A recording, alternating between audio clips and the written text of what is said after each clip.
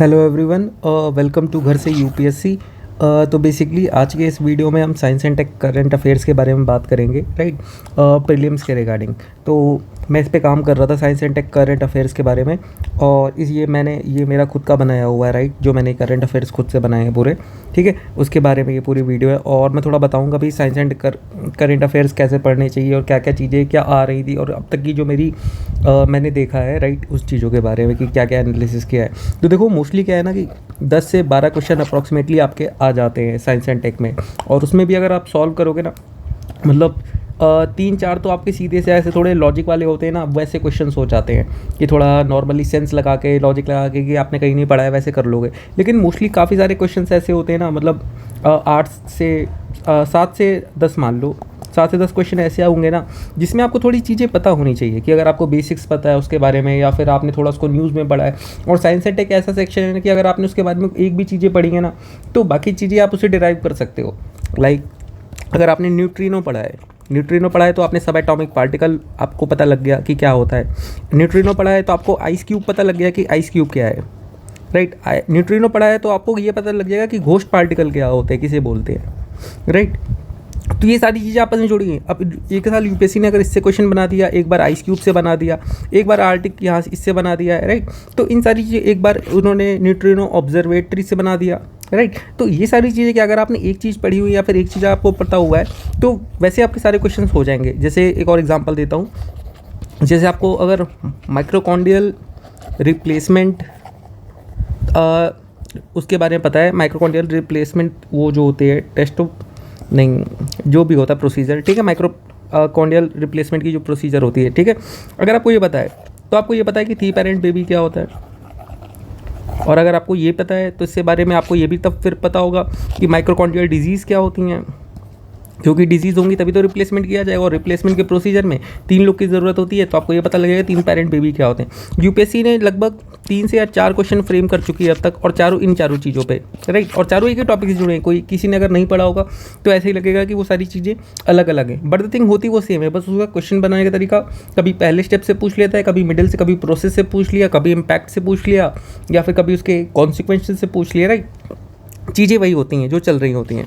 तो उसी चीज़ को रिगार्डिंग मैंने ये पूरी चीज़ों को सोच के ये करंट अफेयर बेस्ड बनाया था, जो कि प्रीलिम्स के लिए टोटली फाइन है, राइट, अभी तक के लिए।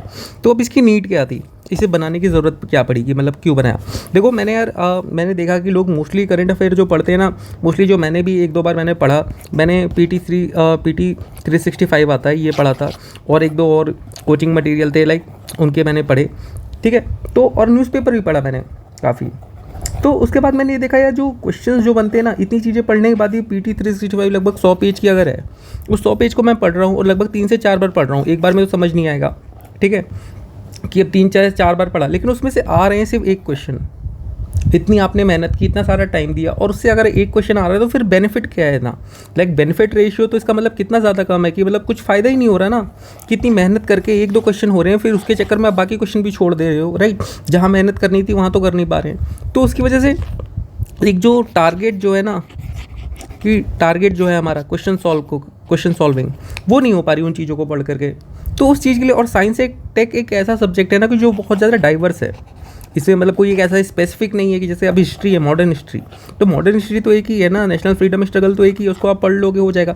लेकिन इसमें इतनी सारी चीज़ें आ जाती हैं, बायोटेक्नोलॉजी आ गई, डिफेंस सेक्टर हो गया, कम्युनिकेशन टेक्नोलॉजी हो गया, AI हो गया, जेनेटिक इंजीनियरिंग हो गई, राइट। इतनी सारी चीज़ें हैं, तो हर एक चीज़ें कवर नहीं हो सकती ना। तो उसके लिए मेन चीज़ ये था कि कोई एक ऐसा सोर्स हो मैं बनाऊँ। वैसे तो मैं खुद के लिए बनाता हूँ, लेकिन सबके लिए प्रोवाइड करूँगा मैं, ठीक है। तो हमारी टीम ने मिलकर बनाया ये। तो सोर्स क्या होता है कि एक ऐसा सोर्स हो जहाँ से मेरे, अगर मैं साइंस एंड टेक के करंट अफेयर पढ़ूँ ना, तो उसकी जो बेनिफिट रेशियो हो वो काफ़ी अच्छा हो, ठीक है। तो ऐसी चीज़ों के लिए बनाओ, और जो हमारे एक तरीके से आप बोल लो ना कि प्रीलिम्स से रिलेटेड हो, ठीक है। ऐसे तो करंट अफेयर तो सारी चीज़ें हैं कि जो चीज़ें हो रही हैं साइंस एंड टेक में, सारी चीज़ें करंट है, लेकिन वो हमारे लिए रिलेट कर रही हैं कि नहीं। हम पढ़े जा रहे, पता चला वो चीज़ हमसे रिलेट ही नहीं करती, तो उसको फिर पढ़ने का फ़ायदा क्या है। इतनी सारी चीज़ें हमें नॉलेज थोड़ा जुटानी है कि अभी दुनिया भर का पढ़ लेना, हमें PhD कर लेनी है उसमें, नहीं, हमें तो एग्ज़ाम निकालना है ना। मेन फैक्ट जो चीज़ है वो है, राइट। तो मेन चीज़ वही है। तो इसी चीज़ को सोर्स देखते हुए मैंने साइंस एंड टेक एक सब्जेक्ट चुना, और साइंस एंड टेक के लिए मैंने ये पूरे करंट अफेयर की पूरी एक PDF बनाई है, राइट। ये पूरी अवेलेबल है टेलीग्राम ग्रुप पे, ठीक है। तो वहाँ से आपको मिल जाएगी, ठीक है। और वहाँ पे मैंने लिंक दे दूंगा कैसे लेनी है, ठीक है। अब इसमें देखो मैंने सोर्सेज क्या क्या यूज़ किए हैं। तो मैंने जब यूपीएससी के पीवाईक्यू को पूरा एनालाइज़ किया ना, तो उसमें मैंने मोस्टली मतलब 3-4 चीज़ें नोटिस की कि एक तो पहले जो क्वेश्चंस आते हैं कुछ आते हैं न्यूज़पेपर से, ठीक है। और न्यूज़पेपर भी क्या है ना, उनका वो सेकेंडरी सोर्स है। अगर आप सोचो, लोग कहते हैं कि न्यूज़पेपर पढ़ लो, न्यूज़पेपर से करंट के क्वेश्चन सॉल्व हो जाते हैं, काफ़ी चीज़ें, देखिए मैं मानता हूँ होते हैं, लेकिन न्यूज़पेपर जो बना रहा है, जो उसका एडिटर है, वो उन चीज़ों को खुद तो ही ना कर रहा है, वो भी तो कहीं से पढ़ा होगा उसने देखा होगा, राइट, फिर उसको उसने किया होगा, राइट। वहाँ से उस चीज़ को पढ़ के फिर उसको कट शॉर्ट करके फिर वो न्यूज़पेपर में पब्लिश करता है, फिर उसको आप पढ़ते हो। तो एक तरीके से सेकेंडरी डाटा हो गया ना।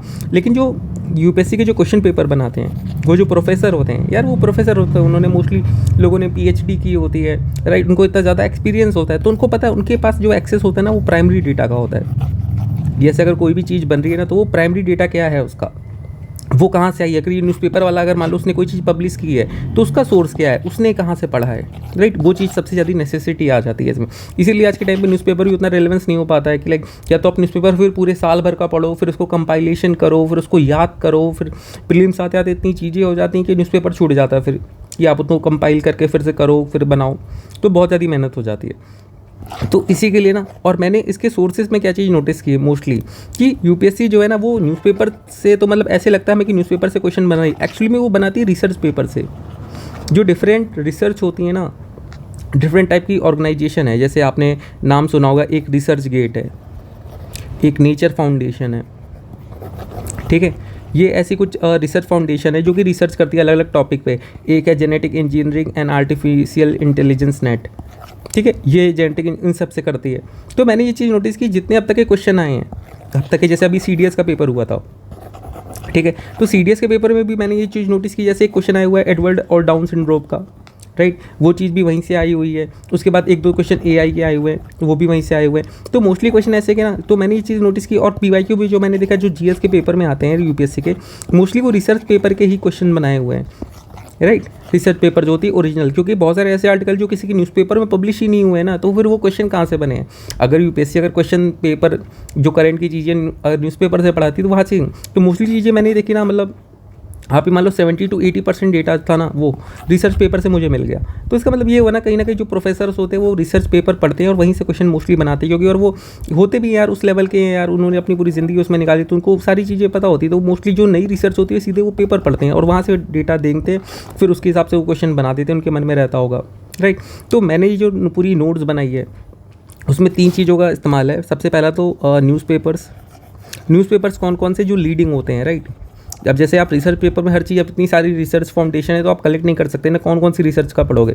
तो न्यूज़पेपर से क्या है कि अपने को एक डेटा मिल जाता है कि कौन कौन सी रिसर्च न्यूज़ में है, जो ज़्यादा न्यूज़ में होती है वही क्या नाम है वो न्यूज़पेपर पब्लिश करता है। तो जो रिसेंट में है वो चल रही है वो हमें पता है। तो लीडिंग न्यूज़पेपर जो है अपने the Hindu, Times of India, Deccan Herald, right, Down to Earth, ये सारे इन सारे क्या नाम है जो अपने यूपीएससी रिलेवेंट है वो न्यूज़पेपर का, और रिसर्च पेपर जो होती हैं, ठीक है। रिसर्च पेपर मैंने काफ़ी सारे लगाए हुए हैं, तो उससे मैंने ये नोट्स बनाई हुई है, जैसे कि रिसर्च गेट हो गया, नेचर फाउंडेशन मैंने बताया, genetic engineering and AI net हो गया, राइट, इन सारी और 1-2 और है। तो उन सब के मैंने पूरे रिसर्च पेपर पढ़े के उस पर जो चल रहे हैं, जो अभी हमारे और जो पीवाईक्यू टॉपिक्स जहाँ से क्वेश्चन बनाते रहते हैं, राइट, तो उन सारी चीज़ों से देख करके मैंने ये पूरे करंट अफेयर का मटेरियल बनाया है, ठीक है। तो इसके बारे में कुछ टॉपिक हैं जो मुझे लगता है डिस्कस करने के लिए, जैसे मैं आपको दिखा देता हूँ उसमें मटेरियल कैसा होगा इस साइंस एंड टेक पेपर में, ठीक है, पूरा। तो उसके लिए देखो, जैसे एक टॉपिक है ये, अब ये पब्लिश हुआ था कि air pollution prevent pollination finding flowers, ठीक है। तो ये अभी एक रिसर्च हुई थी, ठीक है, उसमें ये पाया गया कि एयर पोल्यूशन की वजह से जो फ्लावर की पॉलिनेशन है ना वो कहीं ना कहीं नहीं हो पा रही है।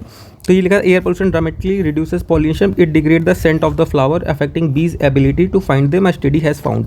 अब ये स्टडी है, ये कोई आपको ऐसे बुक में नहीं मिलेगा या फिर ऐसे कई चीज़ें नहीं मिलेंगी, ये जो रिसर्च पेपर होते हैं ना उसमें मिलता है।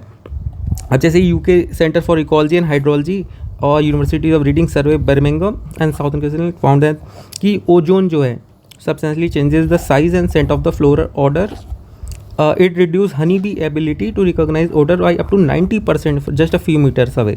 अब देखो इसमें 3 चीज़ें आ गई जो यूपीएससी की सबसे इंपॉर्टेंट जो फेमस चीज़ है जो यूपीएससी पूछना चाहती है हमेशा।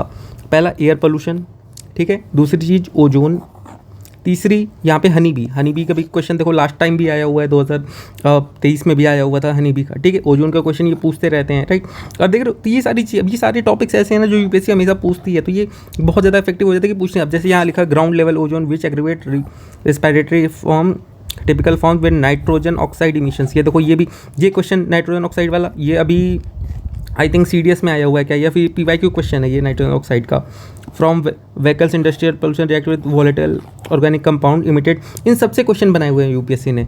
इन the presence of sunlight the new research suggest that the ozone is likely have to be negative impact on the wild flower dependence and crop yields. देखो एग्रीकल्चर अभी क्वेश्चन आ गया, अब यहाँ पे यूपीएससी बना सकती है कि क्या नाम है, ओजोन की वजह से क्रॉप यील्ड पे कोई इंपैक्ट होता है या नहीं, राइट। हनी बीज को रिलेटेड बनाती है, ऐसे ऑप्शंस बनाती है फिर वो। Several international studies have already established that ozone negative impact on the food production because it damages plant growth। तो इसकी वजह से क्या है कि प्लांट ग्रोथ जो इम्पैक्ट करता है, इसकी वजह से क्रॉप यील्ड भी कम हो रही है, ओके। और अभी देखो, honey bees were train to recognise the same odour blend when they are export the new ozone emitted orders.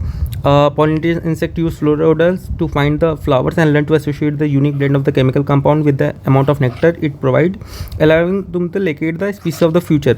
तो यही चीज़ होती है कि उनको जो फ्लावर होता है उसके ओडोर के क्या नाम है, नेक्टर जो वो प्रोवाइड करता है, उसकी उनके पास रह जाती है केमिकल कंपाउंड, जिसकी वजह से वो वापस से फ्लावर को रिलोकेट कर पाती हैं। लेकिन फाइंडिंग ने पाया कि ओजोन की वजह से जो इंसेक्ट्स हैं वो ओडर को कंट्रोल बिहेवियर को खो देती हैं, जिसकी वजह से उनका जो एबिलिटी होती है attract and find a mate भी ये भी कम होती है। अब देखो यहाँ पे ये भी है ना कि ओजोन की वजह से हनी बी को अपनी मीटिंग में भी प्रॉब्लम हो रही है, जिसकी वजह से उनके जो सर्वाइवल पे भी इम्पैक्ट पड़ेगा, राइट। अब देखो इससे कितने क्वेश्चन बन सकते हैं सिर्फ एक टॉपिक से, यहाँ से ओजोन वगैरह भी आ गए, और उसके बाद ओजोन का इम्पैक्ट क्रॉप यील्ड पर, हनी बी पर, राइट। सारी चीज़ें, कितनी सारी चीज़ें मिक्स हो गई। तो देख लो यहाँ से मोस्टली क्वेश्चन बनते हैं, ऐसे क्वेश्चन से, ये रिसर्च पेपर से ऐसी चीज़ें बनती हैं। अब देखो जैसे ये वाला है, ये हिंदू से उठाया था, लेकिन इसका रिसर्च पेपर से मैंने पूरी चीज़ें उठाई हैं कि reducing ammonia emissions through targeted fertiliser management. Ammonia, अब देखो अमोनिया कितना इंपॉर्टेंट टॉपिक है, यूपीएससी हर साल 2022 में भी इन्होंने पूछा हुआ है राइस को लेकर रिड्यूसिंग अमोनिया करके, राइट। और मेथेन प्रोडक्शन को भी पूछती रहती है कि मेथेन इमिशंस कैसे कम करने with the help of machine learning. या देखो मशीन लर्निंग की वजह से AI का रोल आ गया इसमें। अब ये क्वेश्चन यूपीएससी फ्रेम कर सकती है कि AI का रोल क्या है अमोनिया इमिशन को कम करने में इन द एग्रीकल्चर, राइट। ये देखो कितना एक तरीके से रीसेंट टॉपिक है, या फिर कितना न्यू टॉपिक है जो कि आप AI को एक पुरानी चीज़ों से रिलेट करके निकाल रहे हो। यहाँ से researchers have come up with the detail estimates of ammonia emission from rice, wheat and maize crops.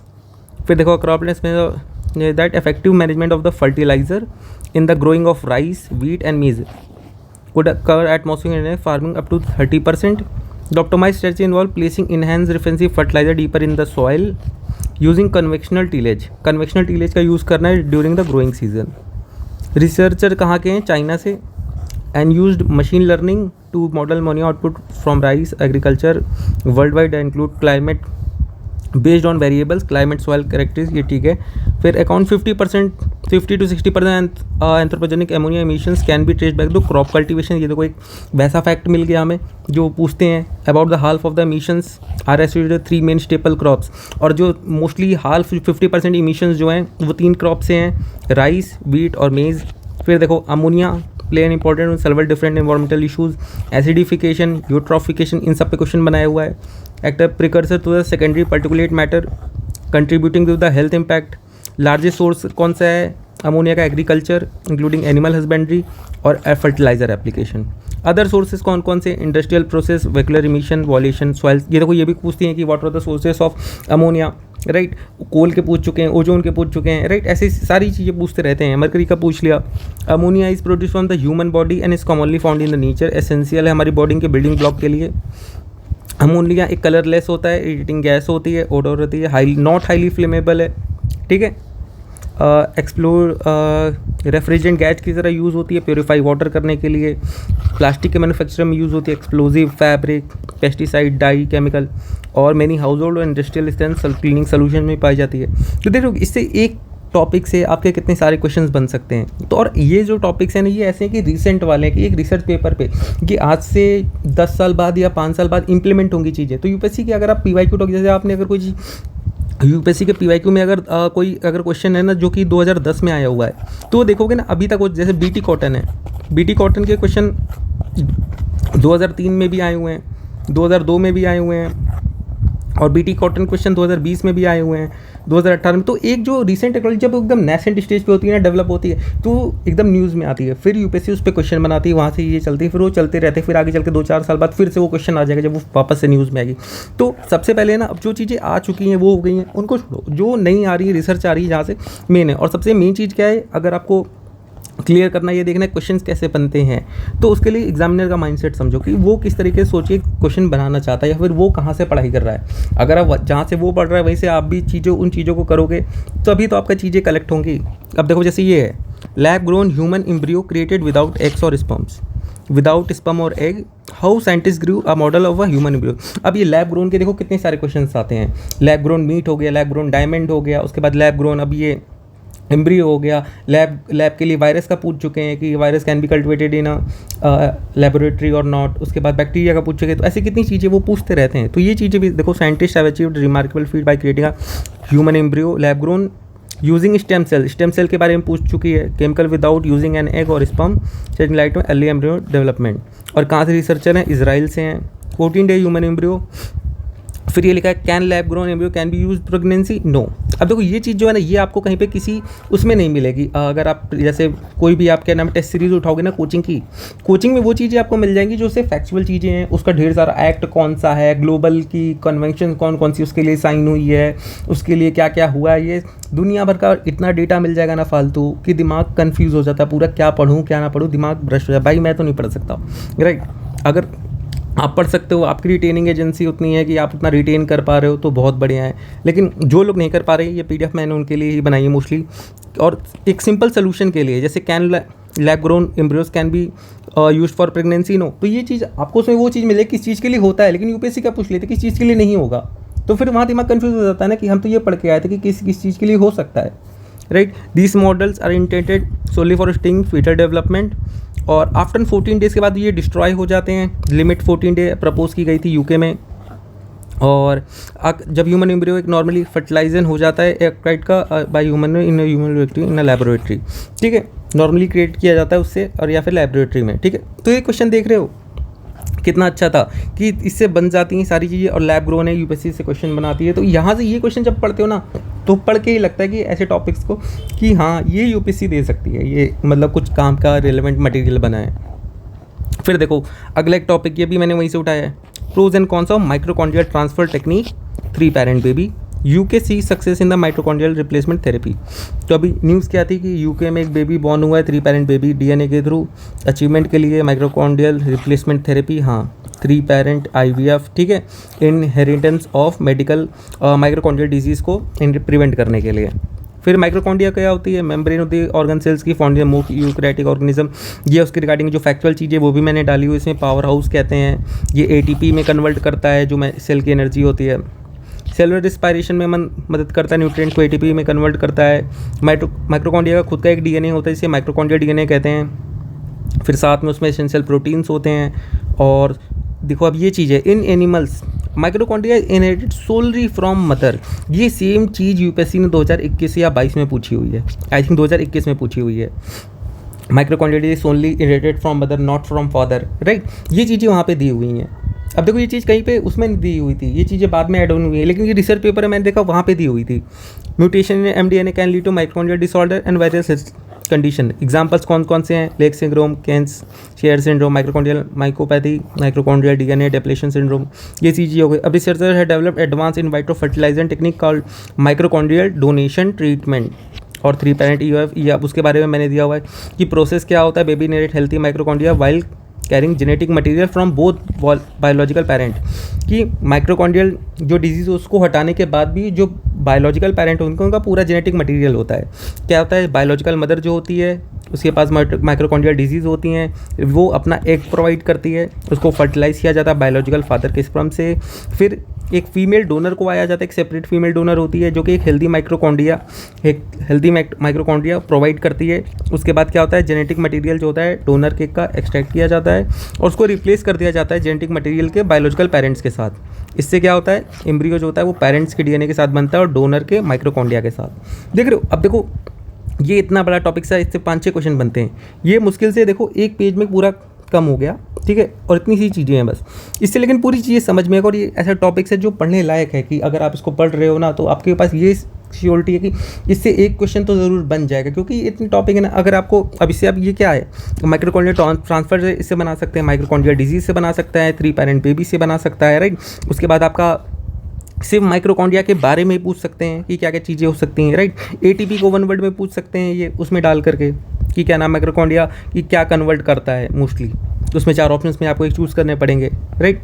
उसके बाद या फिर वो नाम चेंज करें, माइक्रोकॉन्ड्रियल डोनेशन ट्रीटमेंट क्या होता है ये पूछ सकते हैं, नाम भी चेंज करते हैं। अब जैसे उन्होंने ये चीज़ पूछी हुई थी कि क्या नाम है लास्ट टाइम की मोस्ट एनिमल वाला कि mitochondrial inherited from the mother, right. तो ये चीज़ें होती हैं। तो मोस्टली देखो ये ऐसे ही, जैसे मैंने आपको एग्जांपल दिया कि ऐसे रिसर्च पेपर से बना हुआ है ये पूरा जो पीडीएफ मैंने बनाई हुई है, ये उसमें से मैंने कुछ आपको एग्जांपल के तौर पे मैंने बता दिया कि राइट कि उसमें आपको कंटेंट कैसा मिलेगा, ठीक है। तो कंटेंट देखो ऐसा ही होगा जैसे मैंने आपको दिखाया कि शॉर्ट फॉर्म में हो, क्रिस्प हो और उतना हो जितना हमारे लिए ज़रूरी है, राइट। क्योंकि आप उतनी सारी चीज़ें डाल ही नहीं सकते ना, ढेर सारी चीज़ें। अगर आपके सामने मैं कन्वेंशंस भी डाल दूँ, एक्ट भी डाल दूँ, ये सारी चीज़ें भी डाल दूँ और वो चीज़ आपके काम की नहीं है, आप उसको आपके सामने तो आपको लगेगा ये चीज़ इंपॉर्टेंट है, तो फिर उसको आप खुद पढ़ोगे, राइट। तो अब इतनी सारी चीज़ें जब पढ़ने लगता है इंसान तो फिर उसके पास दिमाग वैसे ही खाली हो जाता है कि क्या पढ़ो। तो इसीलिए शॉर्ट एंड क्रिस्प नोट्स हैं ये, ठीक है। और करंट रिलेटेड पूरी करंट अफेयर की सारी चीज़ें। और इसमें मेन चीज़ क्या है ना, इसमें सिर्फ साइंस एंड टेक नहीं कवर है, इसके साथ मैंने इसमें इन्वायरमेंट भी कवर रखा है, क्योंकि इन्वायरमेंट का बहुत सारा ऐसा सेक्शन है ना। अब जैसे इन्वायरमेंट का बीटी कॉटन है, बीटी कॉटन इन्वायरमेंट से रिलेटेड, लेकिन ये साइंस एंड टेक के पोर्शन में आता है ना। जीएम मस्टर्ड हो गया, ये इसमें आता है ना, क्योंकि एआई का रोल अब जैसे क्रॉप यील्ड में आ रहा है, इन्वायरमेंट के सेक्शन में एग्रीकल्चर प्रोड्यूस से वो चीज़ें, लेकिन उसमें एआई का रोल आ रहा है, तो वो साइंस एंड टेक में आ गया ना। तो मोस्टली क्वेश्चन जो अब बनते हैं ना, तो इन्वायरमेंट के वो पर्टिकुलर इन्वायरमेंट सेक्शन के नहीं होते हैं, वो पूरे मिक्स होते हैं। इन्वायरमेंट में जैसे अब लॉज आ गए, पूरे पॉलिटी की चीज़ें पूछ लेंगे। इन्वायरमेंट में साइंस एंड टेक का भी रोल है तो उससे भी पूछ लेंगे। तो इन साइंस एंड टेक में जो इन्वायरमेंट वाला सेक्शन है ना, ये भी मैंने इसमें कवर किया हुआ है। तो इससे क्या है कि आपके इन्वायरमेंट के भी सेक्शंस कवर हो जाएंगे, साइंस एंड टेक भी कवर हो जाएगी, ये सारी चीज़ें हो जाएंगी, ठीक है। तो ये पूरा science and tech current affairs के बारे में था जो मैंने बनाए हुए हैं। इसका लिंक मैं, इसकी डिटेल जो है पूरी वो टेलीग्राम ग्रुप में है, ठीक है। टेलीग्राम ग्रुप फिर से मैं मेंशन कर दे रहा हूँ, घर से यूपीएससी, ठीक है। मैं लिंक जो है वो डिस्क्रिप्शन में डाल दूंगा, वहाँ से ज्वाइन कर सकते हो आप, ठीक है। वहाँ पे डिटेल्स भी मिल जाएंगी आपको science and tech current affairs की, कि अगर आपको अगर इसे अवेलेबल करना है तो कैसे कर सकते हो आप पूरा, और इसके बारे में डिटेल्स क्या क्या चीज़ें हैं, ओके। बाकी मैंने बता ही दिया, आपको दिखा भी दिए कैसी चीज़ें हैं। बाकी जो अगर कुछ चीज़ें हैं वहाँ पे तो आप कांटेक्ट कर सकते हो मुझे टेलीग्राम ग्रुप पे, ठीक है। और मैंने क्या था, हाँ, सी सेट के लिए मैंने एक अभी PYQ के लिए एक मॉडल पेपर डाला है मैंने, जिसमें मैंने PYQ के सारे क्वेश्चन डाले हैं 2001 से लेकर 2010 तक के, ठीक है। वो PDF टेलीग्राम ग्रुप पे अवेलेबल है। इस PDF में लगभग देख लो आप 60 या 70 क्वेश्चन होंगे अप्रॉक्सीमेटली, ठीक है, जो आए हुए हैं अप्रॉक्सीमेट, जो मुझे लगता है कि ठीक है। इन 60 से 70 को अगर आप सॉल्व कर लोगे ना तो आपका PYQ नहीं रुकेगा, लाइक आपके मतलब मोस्टली 90% चांस है कि PYQ नहीं रुकेगा। और अभी मैं सी सेट की एक पार्ट 2 भी डालूंगा, ठीक है, जिसमें मेजर जो नए कॉन्सेप्ट आ रहे हैं, जैसे डेटा सफिशिएंसी हो गया, ठीक है। और उसके बाद प्रोबेबिलिटी एंड कॉम्बिनेशन के कुछ नए नए क्वेश्चंस हो गए जो यूपीएससी जैसे बनाती नंबर सिस्टम के हो गए ना, जो अभी कुछ के हैं जो 2011 से लेकर 2023 तक के हैं, ठीक है। इसके बनाएंगे, अभी 2001 से लेकर 2010 तक की मैंने डाल दी है, 2011 से 2023 तक की मैं एक PDF और डाल दूंगा क्वेश्चंस की, ठीक है। और उनका होगा क्या कि ये तो देखो PDF तो मैं आपको उसमें डाल दी अभी, तो उसको क्या करना है, आपको सॉल्व करो उसको पूरा, ठीक है। जितने क्वेश्चन हो सकें, 60 मान लो अगर 60 क्वेश्चन है, 60 में से अगर आपके 20 भी हो रहे हैं ना, कोई दिक्कत नहीं है, 20 ही करो वो अपने। बाकी मैं कुछ दिन में उसके सोल्यूशन की एक वीडियो यूट्यूब पे अपलोड कर दूंगा, ठीक है। तो वहाँ से सोल्यूशन देख लेना, लेकिन एक बार खुद से प्रैक्टिस करो कि कितने क्वेश्चन आपसे सॉल्व हो पा रहे हैं। जो टॉपिक नहीं पढ़ा, देखो सी सेट में आप पूरा पढ़ा नहीं सकता हूँ, तो यूट्यूब पे क्या नाम है, बहुत सारी टीचर्स जिन्होंने ऑलरेडी सी सेट पढ़ा रखा है, तो मैं खुद क्यों पढ़ाऊँ यार, जब इतने लोगों ने पढ़ा रखा है मैं भी कॉन्सेप्ट फिर से पढ़ाऊँगा। तो वैसा नहीं है यार, सिर्फ व्यूज़ के लिए काम कर रहे हैं ऐसा कुछ, तो वैसा कुछ मेरा सीन है नहीं। तो यूट्यूब पे ऑलरेडी यार बहुत से लोगों ने पढ़ा रखा है, आप पढ़ लो, ठीक है। कोई भी जो आपका लगे उसकी एक प्लेलिस्ट उठाओ, यूट्यूब से पढ़ लो, कॉन्सेप्ट सेम ही होते हैं, मैथ के ऐसा नहीं कोई अलग पढ़ा रहा है कोई अलग पढ़ा रहा है, सेम ही कॉन्सेप्ट होते हैं, पढ़ लो। फिर बाकी PYQ सॉल्व कर रहे हैं तो PYQ के लिए मैंने PDF ये दे दी, उसमें सारे क्वेश्चंस हैं 2001 से 2010 तक के, उसको लगाओ पूरे। जो नहीं आएंगे उसमें से मैं कुछ दिन में एक सोल्यूशन की वीडियोस को अपलोड कर दूंगा, फिर पार्ट 2 दूंगा सी सेट का, ठीक है। उसको पूरा कर लेना, उसकी भी वीडियो डाल दूंगा सोल्यूशन के साथ, ठीक है, तो वो भी कवर हो जाएगा। अगर आप ये दोनों चीज़ें कर लेते हो 100% आपका सी सेट नहीं रुकेगा, ठीक है। और कॉम्प्रिहेंशन के लिए, इंग्लिश कॉम्प्रिहेंशन पार्ट के लिए मैंने एक वीडियो डाल रखी है ऑलरेडी 2023 का पेपर का। अभी कुछ दिन में 2022, 2021 और 2020 अगर होगा तो मैं इसकी भी वीडियो बना करके, ठीक है, कॉम्प्रिहेंशन पार्ट की उसमें डाल दूंगा आपके लिए, तो वहाँ से आपका ये कवर हो जाएगा, ठीक है। तो सी सेट आपका रुकेगा नहीं, लेकिन थोड़ी प्रैक्टिस करनी पड़ेगी। सी सेट पे मेहनत करो यार, सी सेट बहुत लोगों को लेके गया है, ठीक है। तो ये मत करो कि जीएस पे ही पूरा फोकस कर दूँ, इक्वली टाइम डिस्ट्रीब्यूट करो, भले वो क्वालिफाइंग इन नेचर है लेकिन उस पर काम करो अब, ठीक है। उसके लिए मैंने बता दिया, सबसे अच्छा तरीका यही है कि अगर तुमने वो क्वेश्चन सॉल्व कर लिया, अगर उसमें 60 में से लगा तुम अगर 50 भी कर ले रहे हो ना, तुम्हारा काम हो जाएगा। और अभी जो पार्ट 2 की पीडीएफ दूंगा उसमें भी से अगर तुम आप लगभग 80% क्वेश्चन अगर उसमें हो जा रहे हैं आपके, तो समझ लो आपको फिर बढ़िया ऐसी सेट आपका बढ़िया काम चल जाएगा, ठीक है। क्योंकि उसमें वही सारे क्वेश्चन है जो यूपीएससी देती है, ठीक है। सारे क्वेश्चन अगर वो सारे हो जा रहे हैं तो फिर आप सारे कर लोगे। बाकी चीज़ें मैंने आपको बता दी हैं। बाकी और कोई चीज़ होगी तो टेलीग्राम ग्रुप पर पूछ लेना, ओके। बाकी मैं टेलीग्राम ग्रुप पर एक पीवाईक्यू डिस्कशन का ग्रुप बना रहा हूँ, ठीक है। तो इसको जिसको भी अगर कोई दिक्कत होती है पीवाईक्यू से रिलेटेड सिर्फ, ठीक है, तो उस ग्रुप में आप क्वेश्चन पोस्ट कर सकते हो अपने, ठीक है। क्वेश्चन आप उसमें पोस्ट कर देना और साथ में जितने लोग होंगे उसमें क्वेरी का आपका आंसर दे देंगे, और नहीं कर पाए तो मैं दे दूंगा खुद, ठीक है। वहाँ पे मैं भी एक्टिव रहूँगा उस ग्रुप पे। बाकी हाँ, एक और चीज़, जो कुछ लोग पूछ रहे थे टारगेट 24 का क्या हुआ सर, कब आएगा। तो टारगेट 24 पे यार देखो काम चल रहा है, क्योंकि उसमें बहुत सारी चीज़ें हैं। 1-to मेंटरशिप का बात हो रही है उसमें, ठीक है। तो 1-to मेंटरशिप उसमें प्रोवाइड की जाएगी सबको इक्वली की, ताकि और ज़्यादा भीड़ नहीं रखनी है, तो कम ही लोग रहेंगे अच्छे से, ताकि बात भी हो सके, लोगों की क्वेरी सॉल्व हो सके, ठीक है। उस चीज़ बात हो रही, तो उसमें काफ़ी सारी अभी उसमें डॉक्यूमेंट्स बनाने हैं। डॉक्यूमेंट्स के एक तरीके से पीडीएफ्स वगैरह हैं, कंटेंट्स वगैरह हैं जो मुझे तैयार करना है, उसके बाद ही मैं कर पाऊँगा, ठीक है। तो उस चीज़ के लिए ताकि सारी चीज़ें मैं आपको प्रोवाइड कर सकूँ, तो वो चीज़ पे मैं काम कर रहा हूँ। तो by the end of the week मैं कर दूँगा। इसके लिए मैं एक टारगेट 24 की एक वीडियो ले आऊँगा कि कैसे उसके लिए ज्वाइन करना और क्या क्या चीज़ें उसमें अवेलेबल होंगी, ठीक है। तो वो सारी चीज़ें मैं उसमें आपको प्रोवाइड करा दूँगा। तो इसके लिए भी आप टेलीग्राम ग्रुप पे जुड़ जाओ, उसी पे मैं अपडेट करता रहता हूँ क्या क्या चीज़ें, तो वहाँ से आपको पूरा पता लग जाएगा, ठीक है। बाकी जो चीज़ें मैंने बोली हैं यार, फिर से बोल रहा हूँ, उसको कर लो। सीडीएस का पेपर 2024 का है, उसको लगा लो, जीएस के सारे क्वेश्चंस।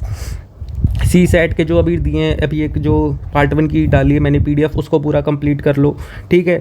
पीवाईक्यू के लिए मैंने ईयर वाइज सब्जेक्ट वाइज दोनों क्या नाम है मैंने एनालिसिस करके वीडियो डाली हुई है, उसको पूरा देख लो, ठीक है, कि कैसे सॉल्व करना है, लॉजिक एंड ट्रिक्स के बेसिस पे कैसे हो सकता है, नॉलेज बेसिस पे कैसे होता है, हर एक तरीके से उसको सॉल्व करो। आंसर आना चाहिए, ये मतलब नहीं है कि कैसे भी आ रहा है, आंसर आ रहा है सही है, बस बात ख़त्म, हमें वही चाहिए, ठीक है।